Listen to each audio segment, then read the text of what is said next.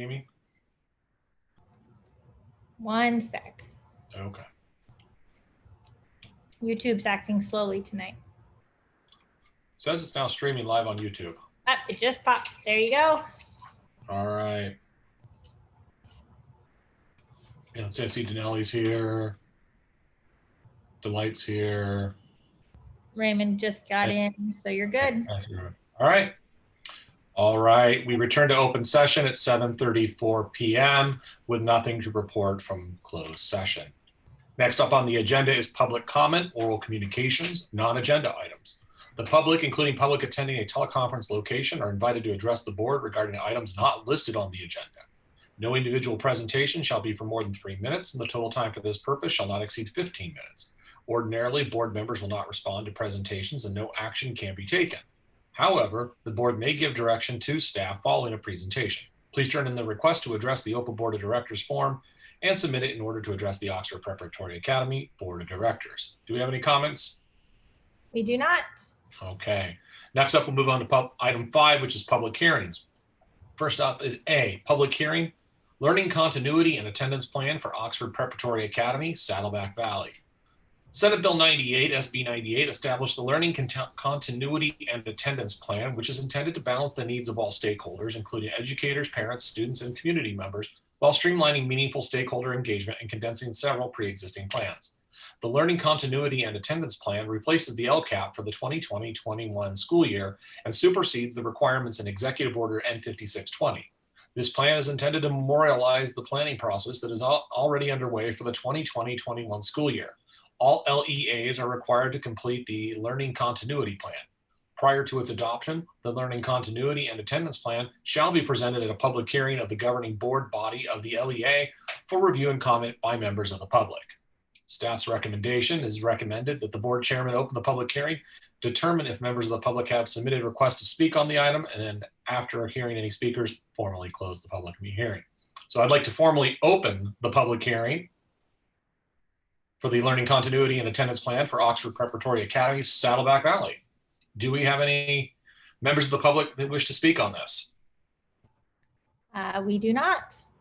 All right, then I'd like to formally close this public hearing of the Learning Continuity and Attendance Plan for Oxford Preparatory Academy, Saddleback Valley. Next up on the agenda is B, public hearing, Learning Continuity and Attendance Plan for Oxford Preparatory Academy, South Orange County. Senate Bill 98, SB 98, established learning continuity and attendance, which is intended to balance the needs of all stakeholders, including educators, parents, students, and community members, while streamlining meaningful stakeholder engagement and condensing several pre-existing plans. The Learning Continuity and Attendance Plan replaces the LCAP for the 2020-21 school year and supersedes the requirements in Executive Order N5620. This plan is intended to memorialize the planning process that is already underway for the 2020-21 school year. All LEAs are required to complete the Learning Continuity Plan. Prior to its adoption, the Learning Continuity and Attendance Plan shall be presented at a public hearing of the governing board body of the LEA for review and comment by members of the public. It is recommended the board chairman open the public hearing, determine if members of the public have submitted consent requests to speak on an item, and after hearing any speakers, formally close the public hearing. So I would like to formally open this hearing of this public hearing of the Learning Continuity and Attendance Plan for Oxford Preparatory Academy, South Orange County. Do we have any members of the public that wish to speak on this matter? We do not. Okay, then I would like to formally close this public hearing of the Learning Continuity and Attendance Plan for Oxford Preparatory Academy, South Orange County. And we'll move on to item 6, the consent items. The following is up for consent: minutes from the regular meeting of the OPA Board of Directors on August 27th, 2020, and the OPA Personnel Report. It is recommended that the board approve consent items A and B. Do I have a motion? Katie? Yes. Katie, excuse me. And one update, just for accuracy's sake. Okay. Leave of absence for certificated Taylor. The effective date is 9/8, September 8th. Okay. Thank you very much for that update. Do I have a motion? I'd like to make a motion to approve consent items. A and B? A and B, thank you. Fantastic. And do I have a second? I second Delight's motion. All right. All those in favor of approving consent items A and B, say aye. Aye. Aye. Those opposed? This motion passes unanimously. Up next is item 7, items scheduled for presentation. Presentations are limited to 10 minutes, and we have one on the agenda, which is A, the Learning Continuity and Attendance Plan. Dr. Kernan. All right, so let me share.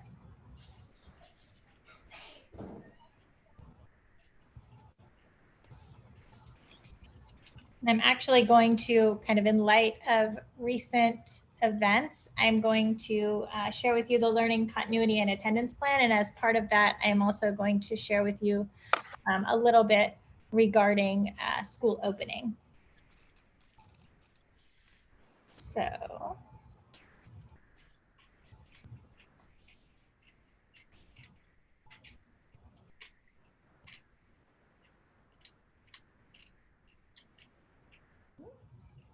Too much stuff on my screen. Okay, so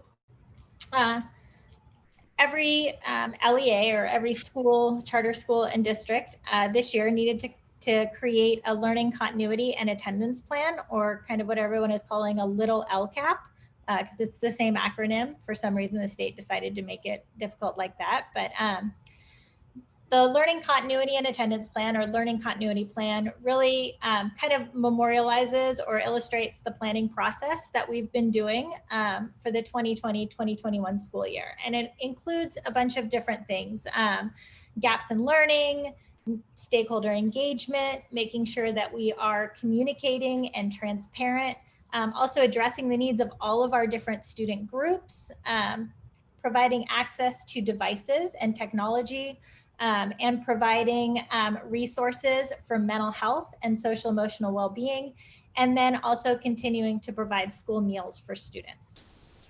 So the timeline was pretty quick for this from the state.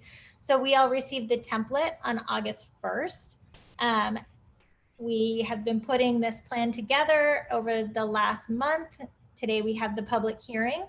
We'll then bring the plan back for board approval on September 24th, and then submit our finalized approved plan to our authorizers and to OCDE, to CAPO and OCDE on September 30th. In between this public hearing and the board approval of the LCAP, if any of our stakeholders have further input, we can make changes to the plan over the next 2 weeks. If any stakeholders have input, they can feel free to email me at amy.kernan@oxfordchampions.com. So as part of the stakeholder engagement piece, we have provided staff and families a variety of different ways where they can provide input ever since really that we went out on March 13th. So we've done a lot of different surveys. We've had some different informational meetings. We have weekly admin meetings. We've gotten a lot of feedback just through email from staff and parents, and then now having this public hearing. So the plan has a couple of different pieces. Looking at continuity of learning. So what will learning look like, and what are the different pieces if we have hybrid or in-person instruction? So looking at what that looks like for health and safety, mental health, different assessments we'll give students to make sure that we know exactly where they are and what their needs are, and then follow that up with additional supports and interventions. Looking at what our in-person instruction will look like this year under a hybrid model. Also, how we're going to track attendance and student engagement, what type of professional development we're providing, and what type of technology and resources are available to our staff and students. Also looking at continuity of learning during our virtual instruction, which is what we're doing right now. So the type of instruction delivery that we are using. Same thing, what types of assessments, additional supports, professional development. For some reason I have assessment on there twice. I was an assessment coordinator, so I really like assessments. Enrichment, so providing all of those clubs and different enrichment activities after school that we just started this week that everybody's very excited about. Attendance and engagement technology. Also for virtual learning, our grading and evaluation. The different unique staff roles and responsibilities, and then how we're outreaching to our community in a virtual environment and making sure to keep everyone engaged and still participating and having an impact on the school community. We also have to look at the effects of learning loss due to the fact that we've been out really in a virtual model since March 13th. So really one of the greatest risks in this virtual learning environment is students not making academic progress, and especially those students who are part of our most vulnerable populations, our students with disabilities, our low-income students. So we really have tried to address this by implementing a really comprehensive assessment plan where we're giving students diagnostic assessments. We're really drilling into that data that we're receiving back, and then creating learning plans for our students so that we're meeting their needs and trying to fill in any gaps that they have. We also have a lot of different supports for our students. We have, every student is involved in small group instruction every week. We also have, or will be starting once we get the results of all of those math diagnostics back, our math intervention program with our math teacher. And we have a lot of counseling services. Gretchen Plus is really providing a lot of services for our students, small group counseling and individual counseling. But really, I think the main thing that we really have at OPA is a really good academic program. We're providing a lot of synchronous learning time, making sure that our students are engaged. We've had incredible attendance. Almost all of our students are coming to class every single day, even during virtual learning, and they're engaged in the learning. They're doing, I was on the 8th grade classes this morning, and the kids were engaged. They're working, they're taking notes, they're interacting, they're discussing things. So we're really trying to keep students from falling behind by just keeping them engaged in their own learning and moving learning forward throughout this whole process, even if it is virtually. The state has also mandated that we really look at the mental health of our students and making sure, because we know that if students are not okay socially and emotionally, that they're not going to be able to focus and they're not going to be able to learn. So we really want to, have also ways that we are ensuring that our students, that mental health needs are being met. So one thing that we have adopted this year is we've put in social emotional learning time into our schedule, where students are doing different community building activities, and they're also working through the second step curriculum, which is a social emotional learning curriculum, looking at student self-awareness and, understanding their own emotions and understanding other people's emotions and being able to socialize with other students in appropriate ways.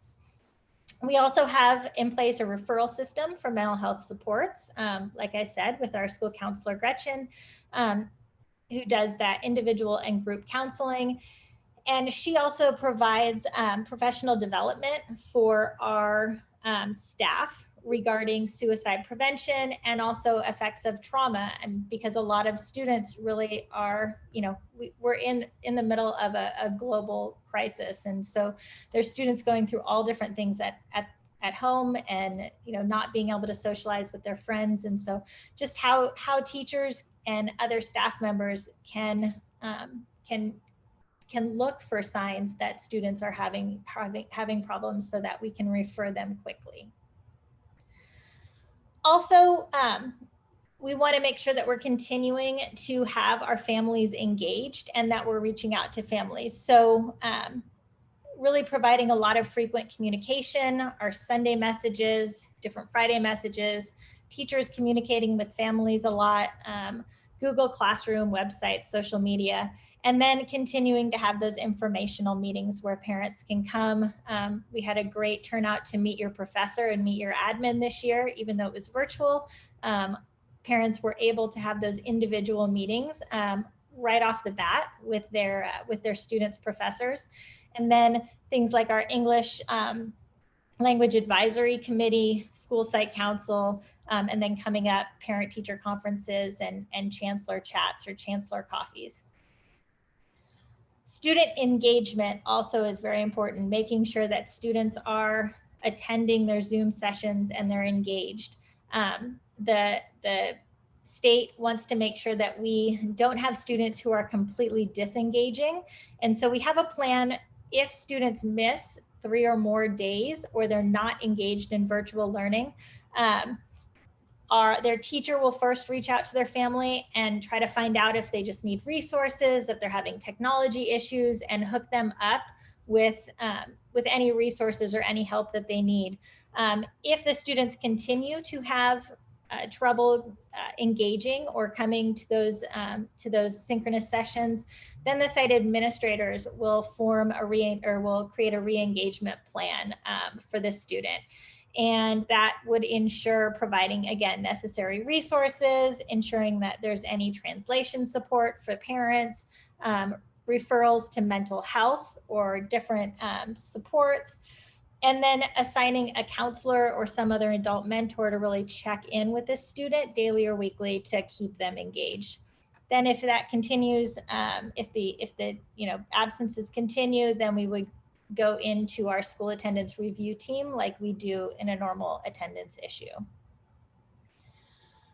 We also receive about $222,000 in supplemental funding per school site. So we need to show for our different subgroups.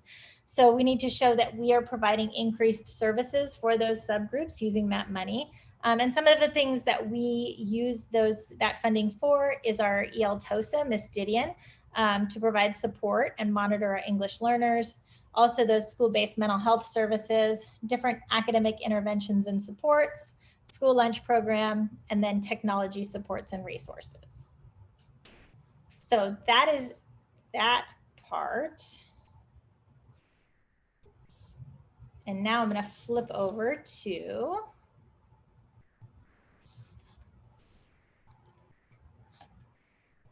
my next part.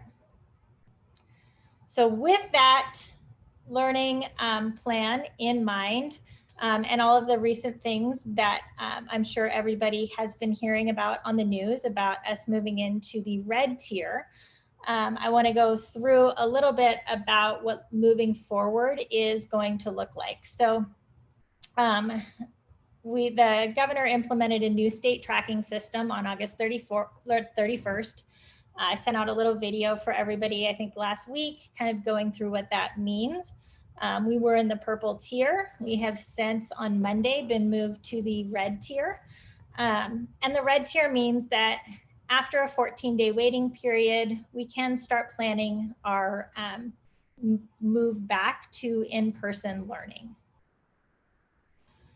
So in looking at kind of the data, as well as working with a lot of our surrounding school districts and other surrounding schools, and then looking at the guidelines from the state, we put together a timeline for what we are proposing our reopening may look like. So on September 22nd, if the Orange County, after Labor Day and the reopening that's happening right now, if we remain in the red tier, again, schools can start planning to reopen without having a waiver.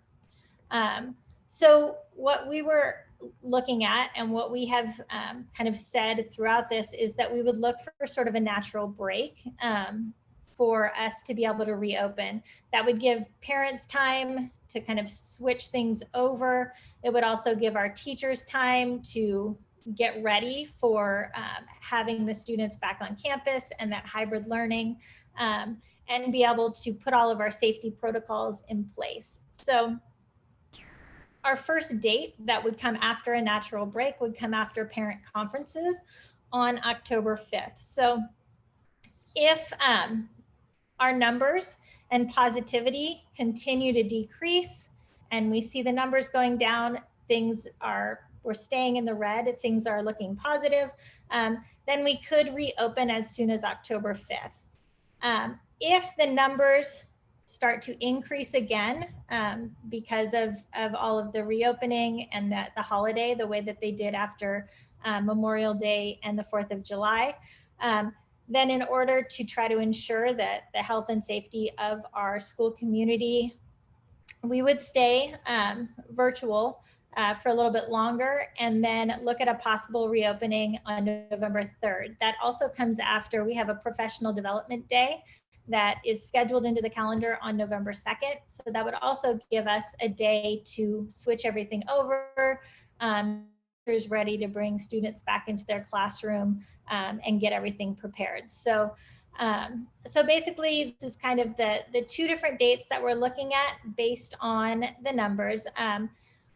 In between, on September 22nd, again, we'll look at those numbers. We want to be able to give families at least 10 days or 2 weeks notice of when we're going to have that reopening, so that they can plan for for childcare or pick up and drop off.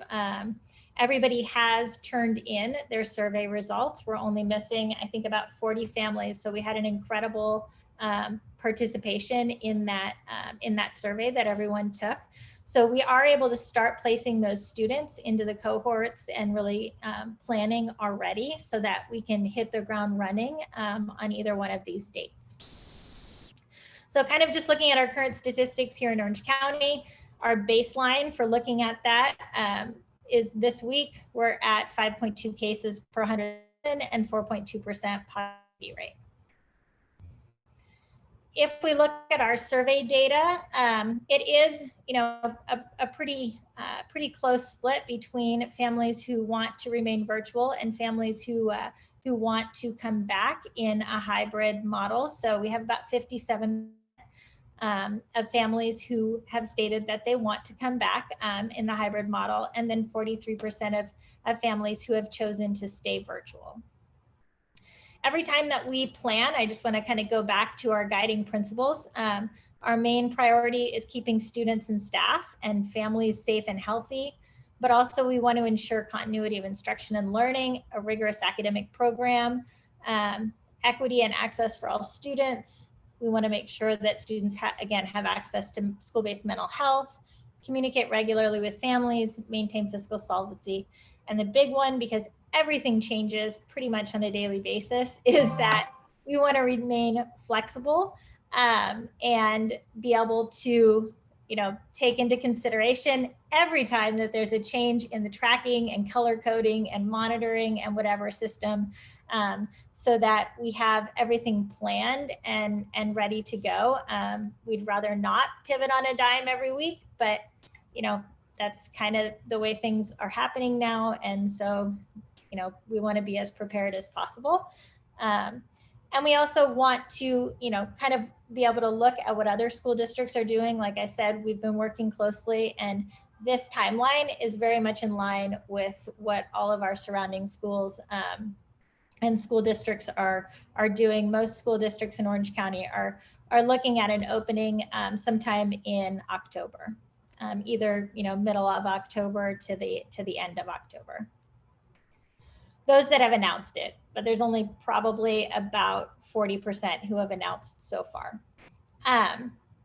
So again, looking at our reopening model, hybrid students will attend class in person for about 2.75 hours. That allows for 15 minutes of temperature checks and things like that when everybody is coming onto campus. Everyone will still have virtual instruction on Fridays, and then asynchronous activities for about 1 hour a day. Virtual students will attend class virtually during one of those cohorts.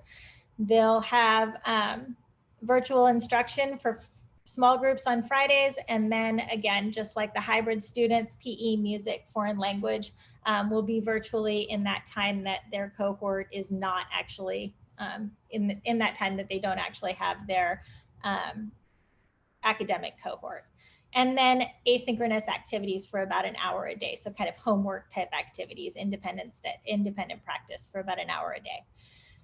If students have to be temporarily absent due to illness, being quarantined, and they can still attend those virtual classes.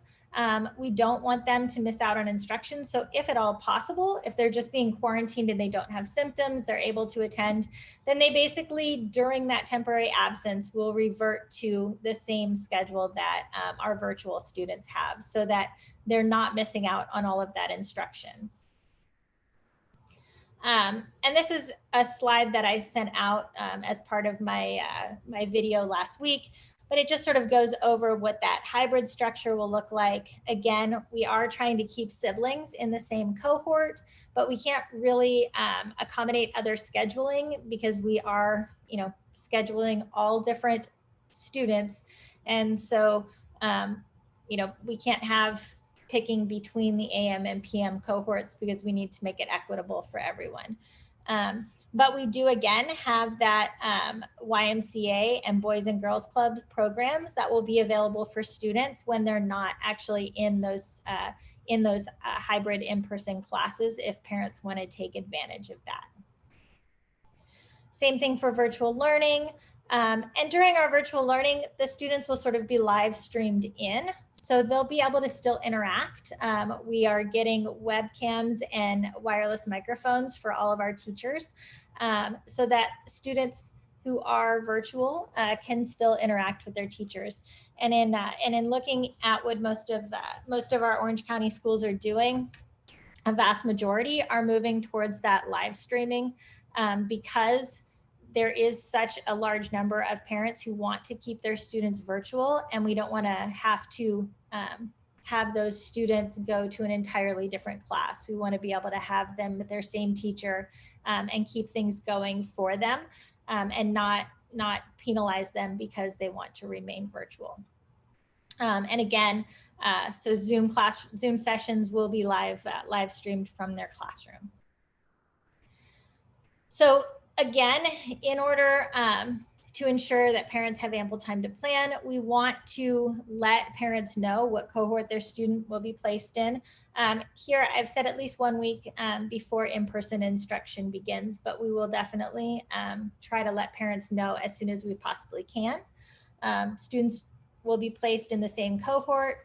We will have school lunches available for either grab and go, or students can eat the lunches at the lunch table either before they leave school, before they go to childcare, or if you're in the PM cohort, before starting your hybrid classes. And then again, health and safety is our main priority. So any student or staff exhibiting symptoms will be sent home for at least 10 days following the onset of the symptoms. And that's really per the California Department of Public Health guidelines. So we are still following all guidelines and making sure that we are, we're in line with what the CDC and the California Department of Public Health are recommending. So again, super grateful to everyone. I know it's a really difficult time, and there's been a lot of, kind of going back and forth and changes. But I'm super grateful for all of the flexibility and all of the support that everyone has shown.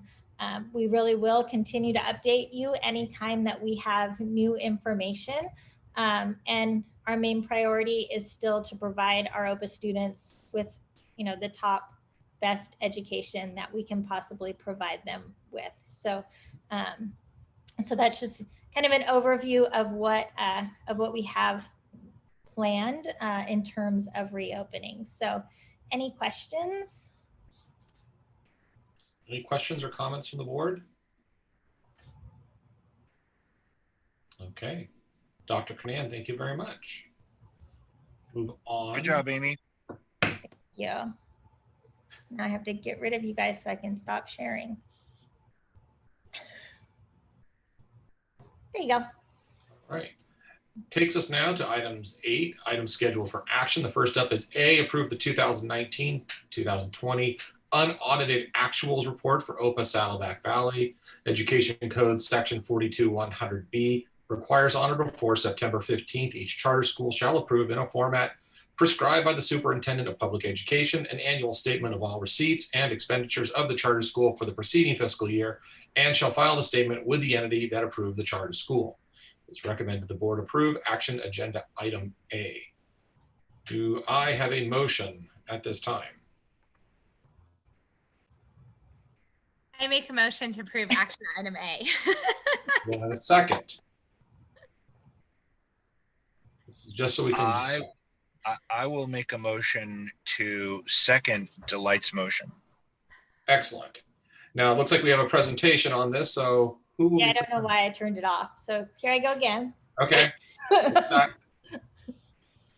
All right, so every year, California schools have to basically submit our annual financial reports to the California Department of Public Education, and also get, before we can do that, we have to get board approval and present them to our stakeholders. So I'm gonna do them both, but this is only Saddleback's motion, but I'm just gonna do them both at one time.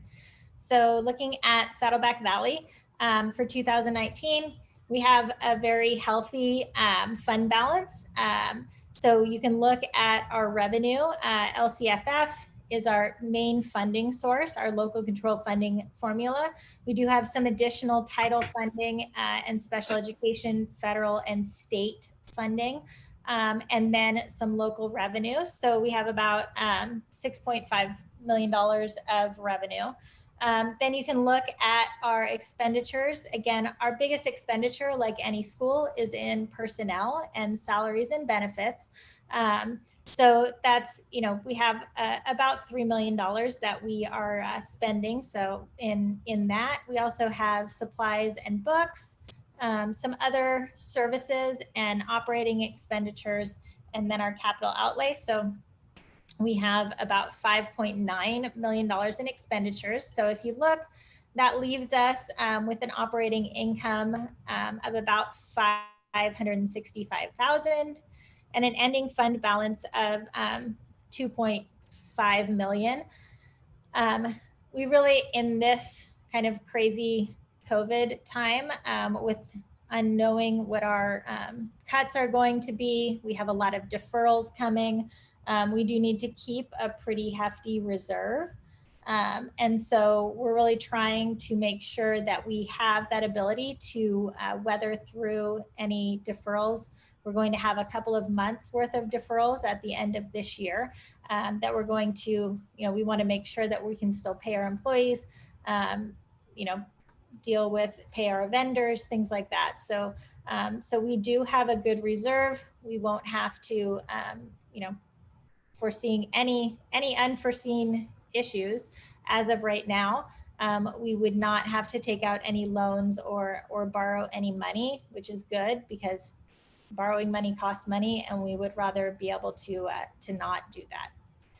So same thing looking at South Orange County, looking at our revenue of about $8.1 million, our expenditures about $6.9 million. Whoops. That leaves us with an operating income of about 1.284, and then an ending fund balance of about 2.7 million at the end of last year. So any questions? Any questions or comments from the board? And part of the packet, there's the entire breakdown of our unaudited actuals if you need more specifics. Okay. I have a comment, Amy, about your about the detail, and it was something that I'd asked Jill about, and I just wanted to make it clear for the community. There's in LCFF sources, you have a negative 25,300, and I was wondering if you could just explain that. So it's in the LCFF. Yeah, it's in the detail. So if it's on the first page, I don't know if you have that.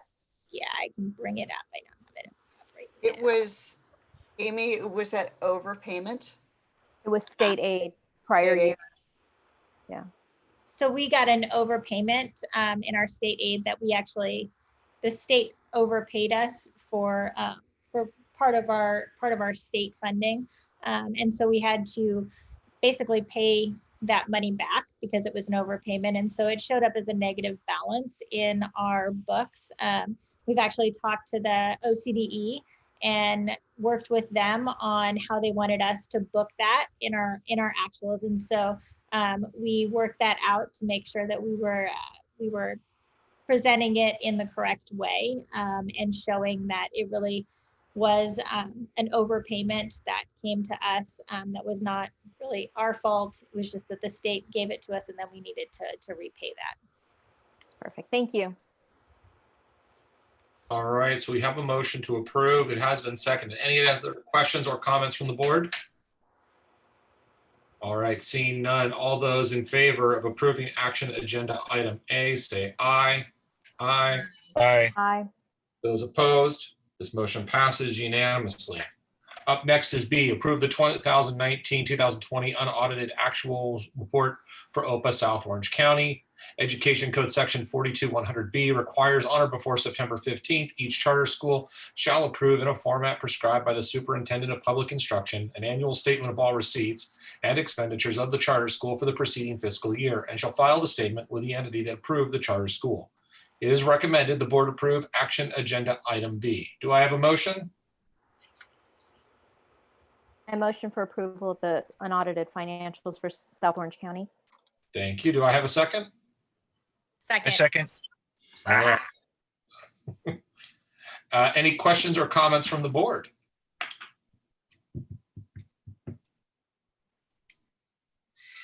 No? Okay. Seeing none. All those in favor of approving action agenda item B, say aye. Aye. Aye. Those opposed? All right, this motion passes unanimously. Up next is item 9, adjournment. It's recommended the board adjourn the regular meeting of the Oxford Preparatory Academy Board of Directors on September 10th, 2020. Do I have a motion to adjourn? Make a motion. Adjourn. Do I have a second? I would jump on it if I could. I second the motion. Much appreciated. All those in favor of adjourning this meeting, say aye. Aye. Aye. Aye. Those opposed? Silence. This motion passes unanimously, and we are adjourned at 8:11 p.m. Thank you very much, everybody. Thank you. Thank you. Thank you.